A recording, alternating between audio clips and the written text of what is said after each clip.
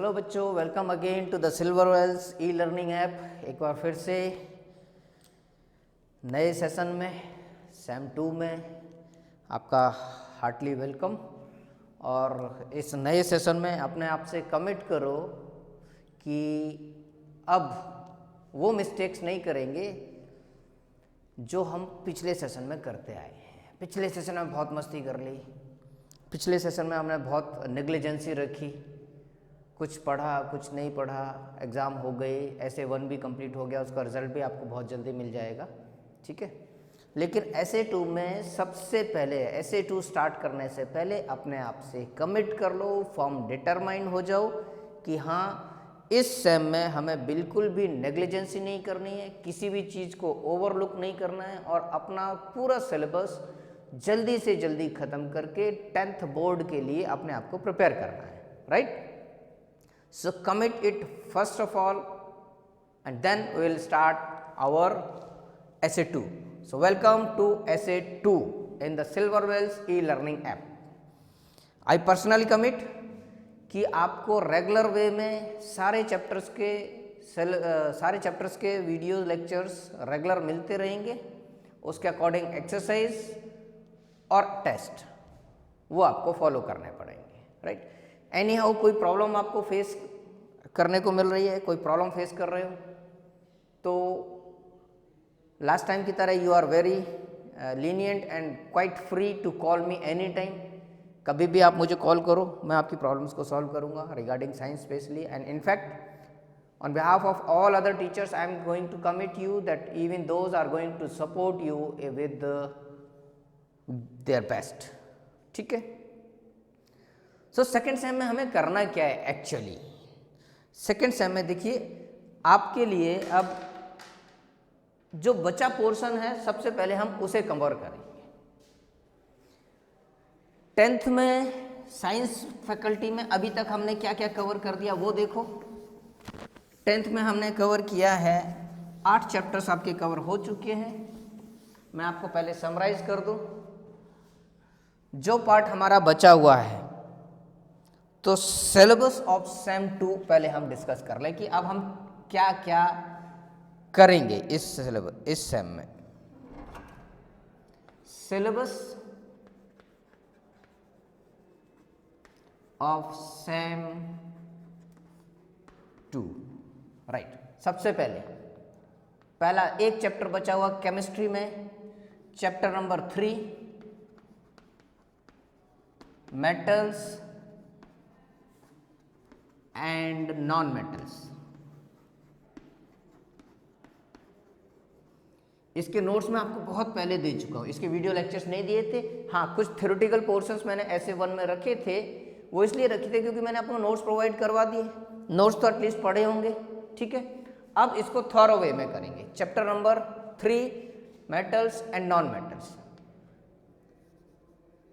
First. Second chapter 4 carbon and its compound.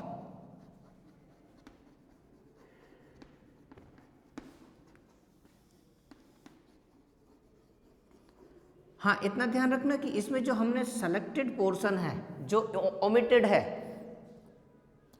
CBSE की guidelines के according जो topics omitted हैं उसको हम बाद में करेंगे जरूर, आपके सपोर्ट के लिए, आपके हेल्प के लिए उतना ज़रूर करेंगे, लेकिन उनको हम बाद में करेंगे। पहले वो पार्ट कवर करेंगे जो हमें सीबीएसई गाइडलाइन के अकॉर्डिंग करना है, जो हमारे सिलेबस में है।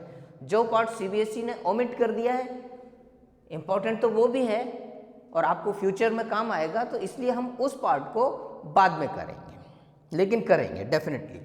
चलिए, चैप्टर 5 हो गया है। हाँ, chapter 1 completed, chapter 2 completed, chapter 3 बाकी है, chapter 4, chapter 5 is over. Chapter 6 में हाँ, चैप्टर 6 तो हो गया, बायोलॉजी का chapter, life process. Chapter 7 neural control and coordination, बहुत इंपॉर्टेंट चैप्टर है। इसके कुछ सेलेक्टेड पार्ट्स होंगे वो मैं आपको करा दूंगा, जो सेलेक्टेड पार्ट्स होंगे वो करा दूंगा। Almost chapter is omitted, still I will try to cover that. Third part will be chapter 8 रखेंगे पहले, chapter 08 how do organism reproduce.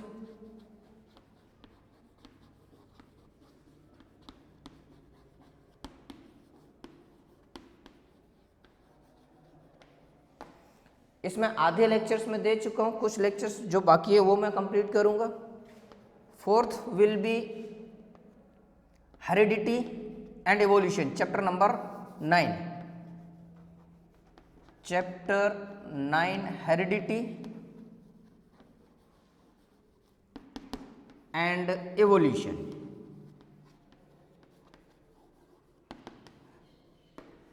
Right, then come to physics portion जो आपका अभी तक अनटच्ड है। अनटच्ड तो नहीं है, खैर चैप्टर 2 चैप्टर मैं खुद करा चुका हूँ, सॉरी एक चैप्टर मैं खुद करा चुका हूँ, एक चैप्टर राजकमल सर ने कराया था, बट बच्चों की डिमांड है कि इसको हम रिवाइज करें, दोबारा से रिपीट करें chapter.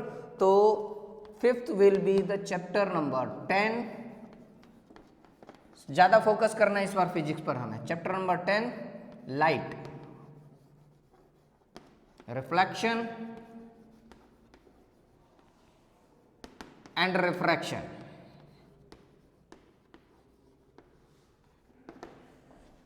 Next one will be electricity. ये तो बहुत अच्छे से करा चुका हूं मैं, स्टिल एक बार इसको दोबारा से रिवाइज कर देंगे। And seventh will be electromagnetic effect.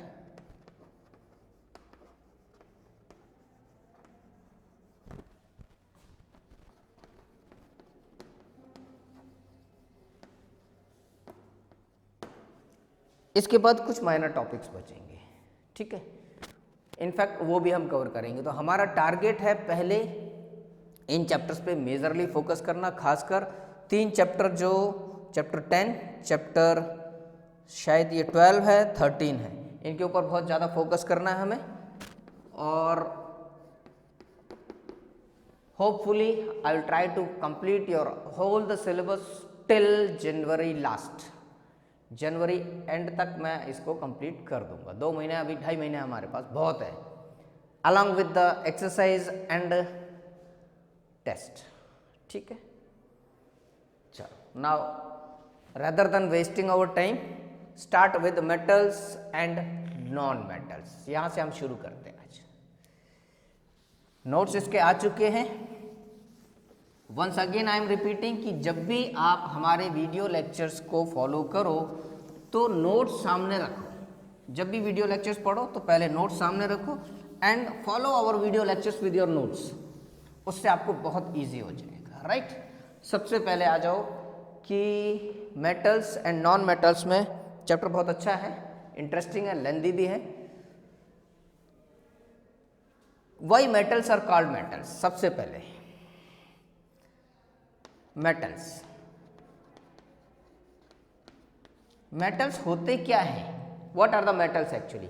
तो इसको मैंने क्वेश्चन में क्या फॉर्म में क्या नरेट किया, why metals are called metals. Metals को मेटल्स बोलते क्यों हैं।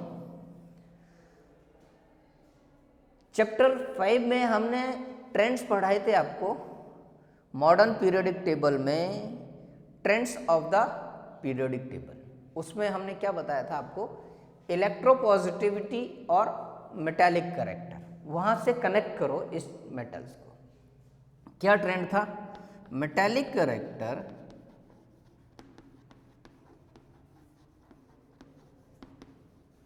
और इलेक्ट्रो पॉजिटिविटी, ये ट्रेंड था।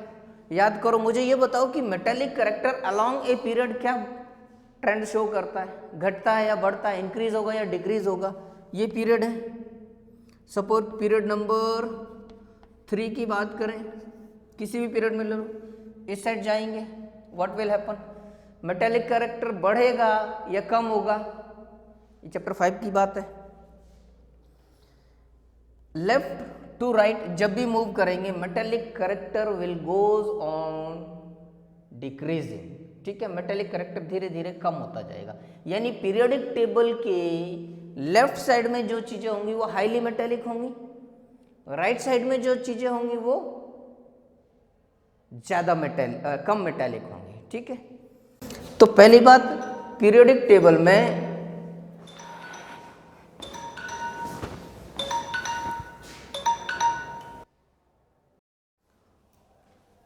What we have discuss so far, अभी तक हमने क्या डिस्कस किया कि मेटालिक कैरेक्टर एक पीरियड में लेफ्ट साइड से राइट साइड में जाएंगे तो कम होगा,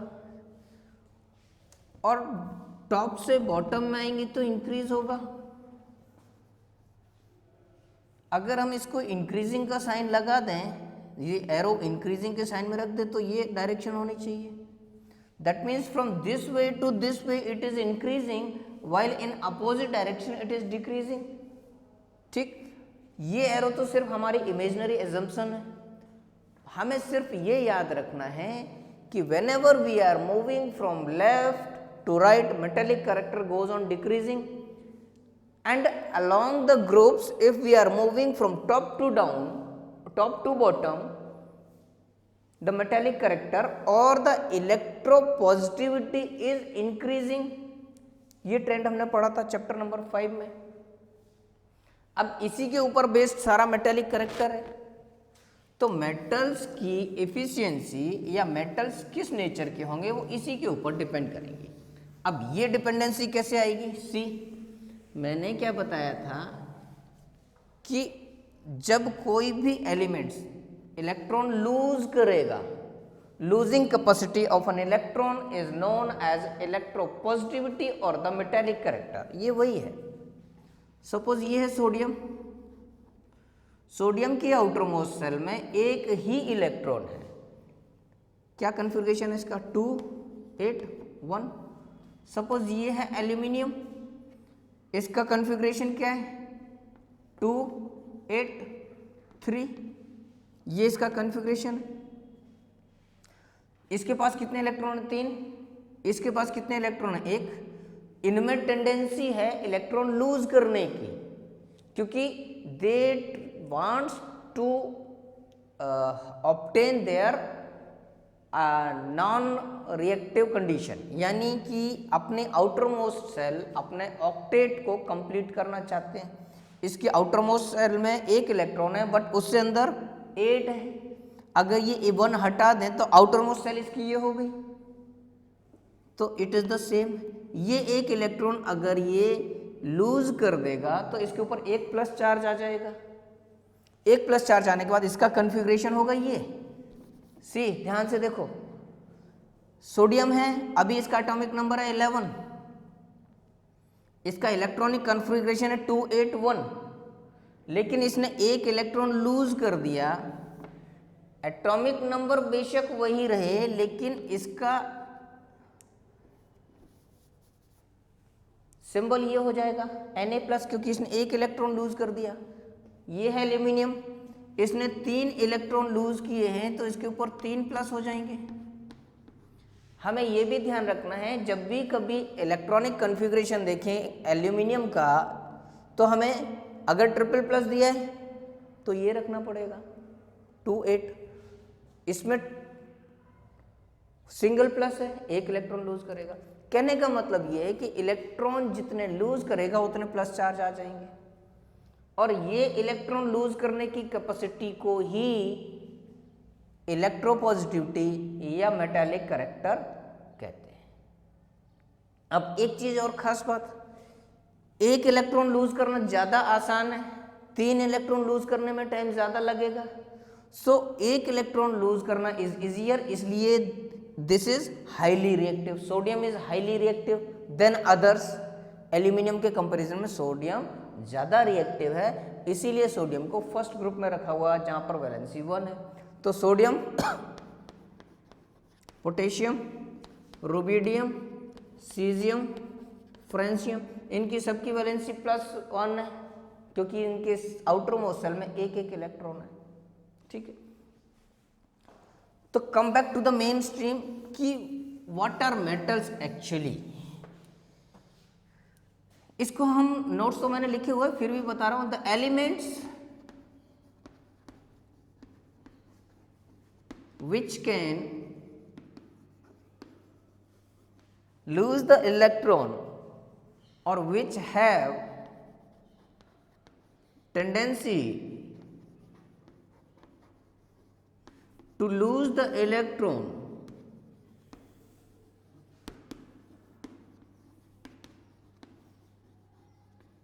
are called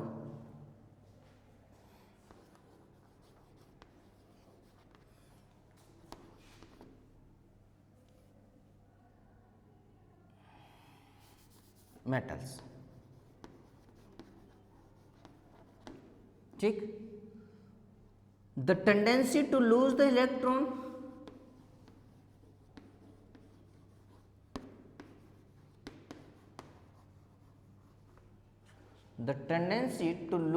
electron is known as electropositive character or the electropositivity.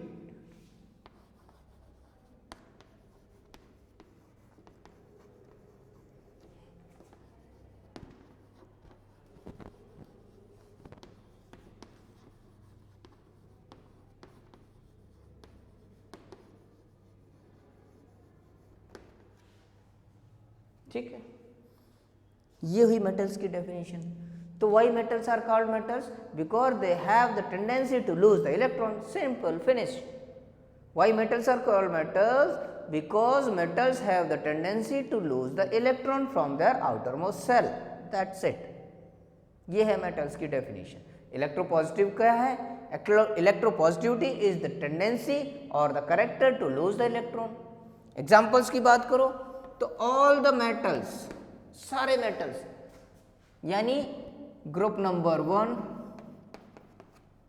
Group number 2, group number 13, इन सब में जितने भी मेटल्स हैं,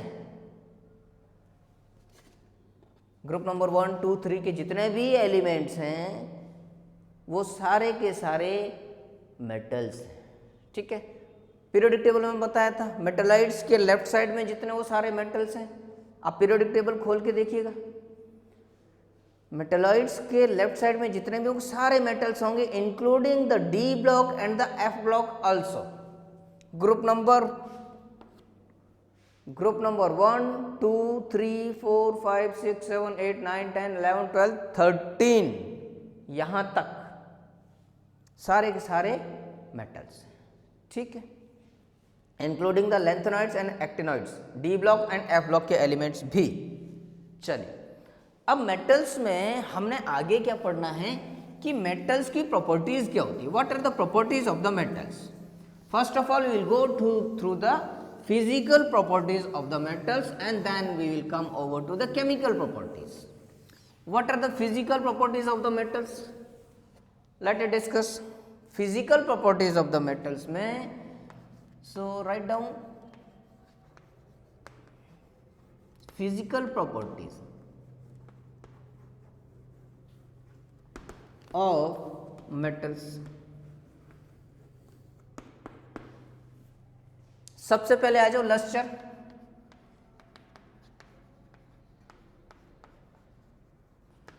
पहले तो ये बताओ कि फिजिकल प्रॉपर्टीज होती क्या है. 9th में मैंने बताया था कि फिजिकल चेंजेस या फिजिकल प्रॉपर्टीज ऐसी प्रॉपर्टीज या ऐसे चेंजेस जो रिवर्सिबल हों फिजिकल प्रोसेसेस के थ्रू, या इजियर वे में जो करेक्टर्स रिवर्सिबल हों उनको बोलते हैं physical properties. Example, melting of the ice.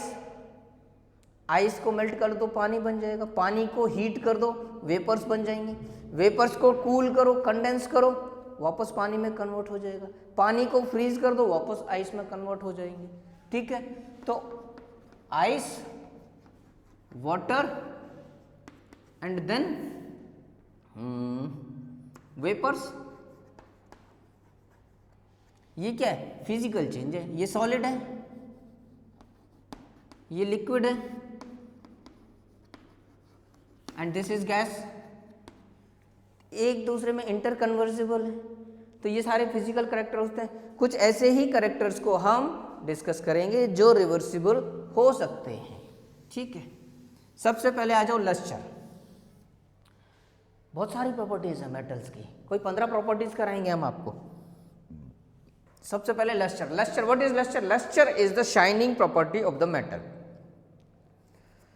Metals ज़्यादातर मोस्ट ऑफ द मेटल्स चमकीले होते हैं। Silver, gold, mercury, copper, aluminium, ये सारे के सारे मेटल्स शाइन करते हैं।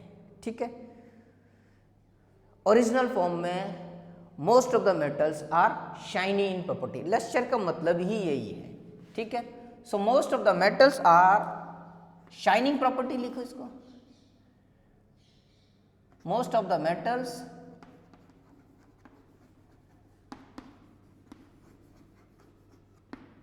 are shiny in nature.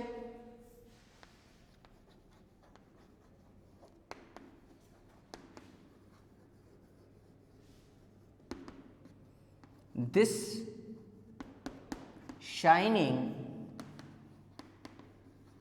property of metal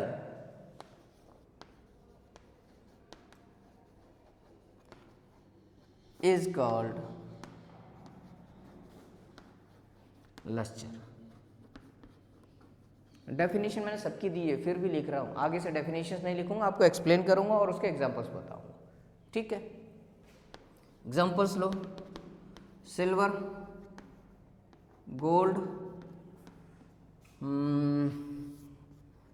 copper, symbol लिख दूं बेटर रहेगा, अभी तो लिख दे COPPER, कॉपर, मरकरी। फॉर दोस्त जिनको सिंबल नहीं पता है लिख देता हूँ, सिल्वर का सिंबल तो मैंने लिख दिया है AG, सिल्वर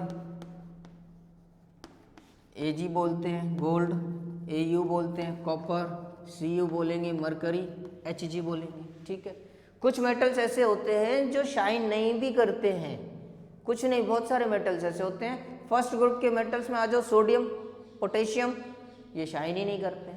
फॉस्फोरस, कैल्शियम, ये शाइन ही नहीं करती, ये सेकेंड ग्रुप के एलिमेंट्स हैं। ठीक है, तो कुछ मेटल्स ऐसे भी होते हैं जो शाइन नहीं करते, उनको नॉन शाइनी या नॉन लस्ट्रस बोलते हैं। बट मेजर करेक्टर क्या हुआ, most of the metals are shiny, इसीलिए मोस्ट लिखा है। Most of the metals have shiny property and they shine in original form. Examples हमने दे दिए हैं। एक्सेप्शंस की बात करें तो एक्सेप्शंस में आप लिख सकते हो सोडियम एंड पोटेशियम। ठीक है, नेक्स्ट प्रॉपर्टी,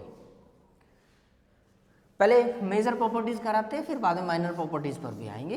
मैंने पहले ही बताया कि लगभग 15 प्रॉपर्टीज होंगी, चैप्टर लंबा है, थोड़ा टाइम लगेगा, but I will clear each and everything. मेरे सारे लेक्चर्स इस चैप्टर के देख लोगे तो मैं नहीं समझता आपको एडिशनली किसी और टेक्स्ट के थ्रू जाना पड़ेगा। ठीक है, नोट्स आपके पास आ चुके हैं। Second properties is malleability.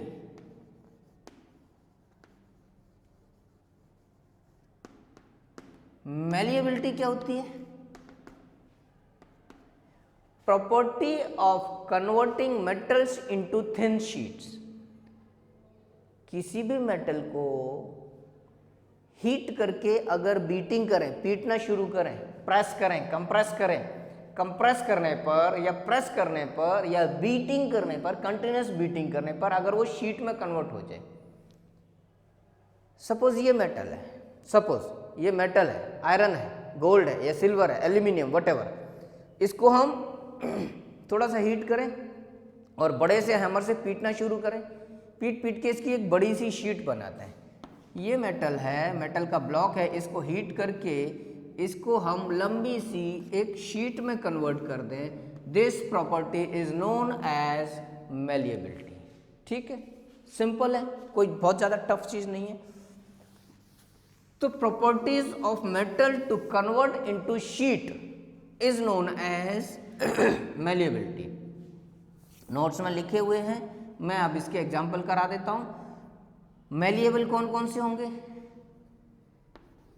Iron की शीट्स हमने देखी है, ये आयरन का सिंबल है बेटा, आपको अगर नहीं पता है तो अब पता करना पड़ेगा, 10th में आके तो पता करना पड़ेगा। पहले प्रॉपर्टीज लिख देता हूं इसकी। Property of metal,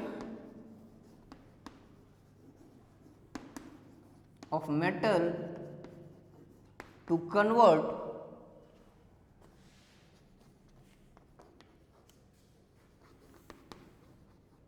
into sheet, thin sheet by beating. ये प्रॉपर्टी हो गई मैलिएबिलिटी. एग्जाम्पल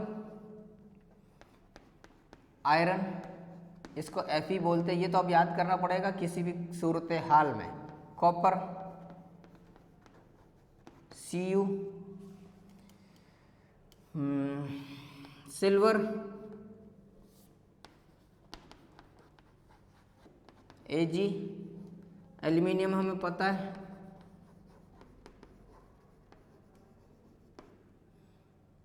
Al, गोल्ड हमें पता है, Au. ये सारे क्या है, शीट्स में कन्वर्ट हो सकते हैं. So this is the malleability और these metals are known as malleable metals. कुछ मेटल्स ऐसे भी होते हैं जिन्हें शीट्स में कन्वर्ट नहीं कर सकते हैं, जो ब्रिटिल होंगे. Non malleable metals, non malleable metals, non malleable metals में हम रख सकते हैं सोडियम को, पोटेशियम को, मरकरी को, क्योंकि ये लिक्विड है, इसकी शीट कहाँ से बनाएंगे हम. ठीक है, और भी बहुत सारे मेटल्स हैं, लेकिन अभी आप इनको रख लो. ध्यान रखना मेटल्स की ही बात कर रहे हैं, दूसरे एलिमेंट्स की इंक्लूड नहीं कर रहे हैं इसमें. ठीक है, थर्ड प्रॉपर्टी पर आ जाओ. डक्टाइलिटी, मैलिएबिलिटी हो गया. चलो डक्टाइलिटी देखते हैं. डक्टाइलिटी क्या होती है? Ductility is the property of metal by which we can drawn the metal into a wire. क्या बोला? मेटल्स की ऐसी प्रॉपर्टी जिसके थ्रू मेटल्स को हम एक वायर के फॉर्म में कन्वर्ट कर सके. ये एक मेटल का ब्लॉक है, इसको हीट करो और थिन वायर के फॉर्म में कन्वर्ट कर दो. आयरन के वायर देखे हैं, एल्यूमिनियम के वायर देखे हैं, कॉपर के वायर देखे हैं. इलेक्ट्रिकल फिटिंग सारी एल्यूमिनियम और कॉपर के वायर से ही होती है. आयरन के वायर से फैंस की कवरिंग होती है. अभी सिल्वर या गोल्ड के वायर देखे नहीं? देखे होंगे. जो ज्वेलरी बनाते हैं सारी की सारी ज्वेलरीज सिल्वर या गोल्ड के वायर से ही मोल्ड करके बनाते हैं. उनको ही मोल्ड करके बनाते हैं, मैनिपुलेशन करके बनाते हैं. तो गोल्ड एंड सिल्वर भी मैलिएबल है एंड डक्टाइल है. सिल्वर तो बहुत ही मैलिएबल है. सिल्वर फॉइल सारी काजू कतली में डाल के खा जाते हो, लाडू के ऊपर चिपका के खा जाते हो, वो सिल्वर फॉइल है. ठीक है, एल्युमिनियम फॉइल जिसपे पैकिंग जब होती है, फूड पैकिंग, टिफिन्स में मम्मी सिल्वर फॉइल में, एल्युमिनियम फॉइल में पराठे रैप करके देती है, वो थी मैलिएबिलिटी. ये है डक्टाइलिटी. ये मेटल है, इसको गर्म किया और लंबे से वायर में कन्वर्ट कर दिया, तो इस प्रॉपर्टी को बोला हमने डक्टाइलिटी. लिख दो. Third property is DUCTALITY, डक्टाइलिटी. और डक्टाइलिटी की डेफिनेशन लिखें, the property of metal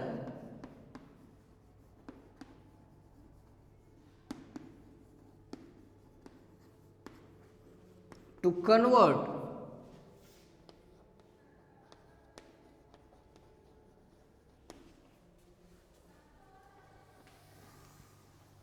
the property of metals to convert into, और ड्रॉन लिखो, कन्वर्ट से ज्यादा अच्छा टर्मिनोलॉजी ड्रॉन है.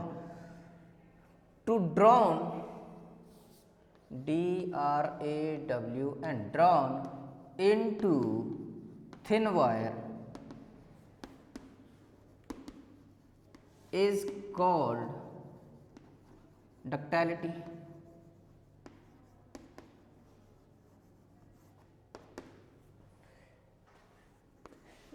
एग्जाम्पल है, सिल्वर भी है, गोल्ड भी है, आयरन भी है,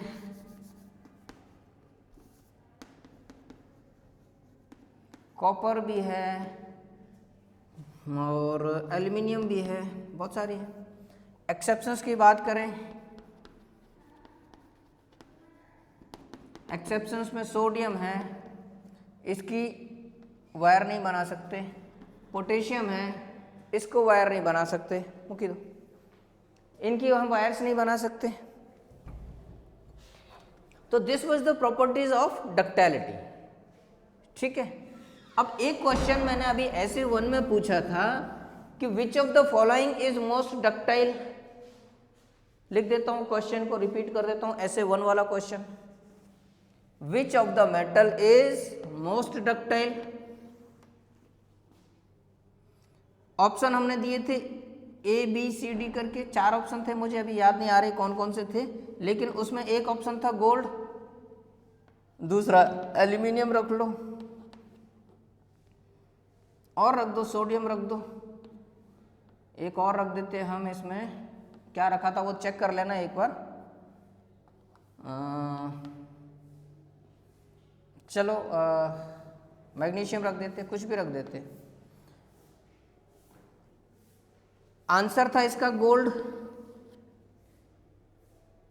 क्वेश्चन पेपर हाथ में आते ही बच्चों ने सबसे पहले मुझसे ये पूछा कि सर प्लेटिनम नहीं है।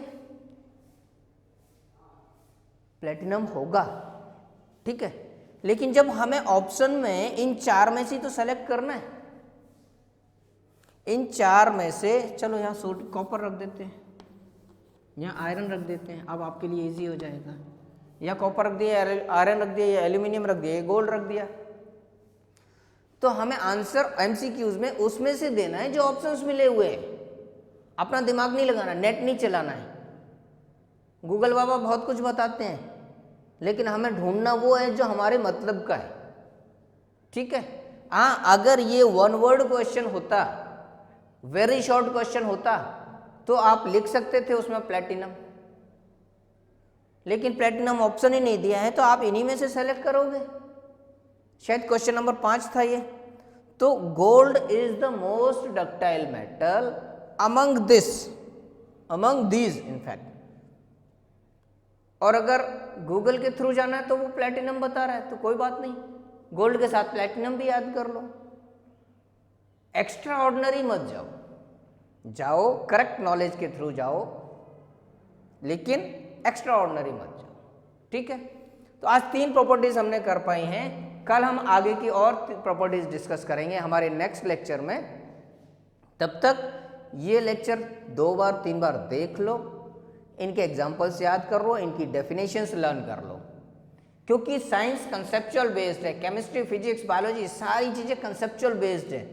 आपको मैं कोई 200 क्वेश्चन लिख के दे दूं तो भी मैं कंफर्म नहीं हूं कि बोर्ड एग्जाम में आपको ऐसे क्वेश्चंस मिल जाएगा, बट हाँ, उन क्वेश्चन के ऊपर बेस्ड क्वेश्चंस मिलेंगे, अकॉर्डिंग टू दोज मैनिपुलेट होकर के क्वेश्चंस मिलेंगे, प्रैक्टिकल अप्रोच के क्वेश्चंस मिलेंगे। इसलिए आपके कंसेप्ट क्लियर करो, गोखन नहीं।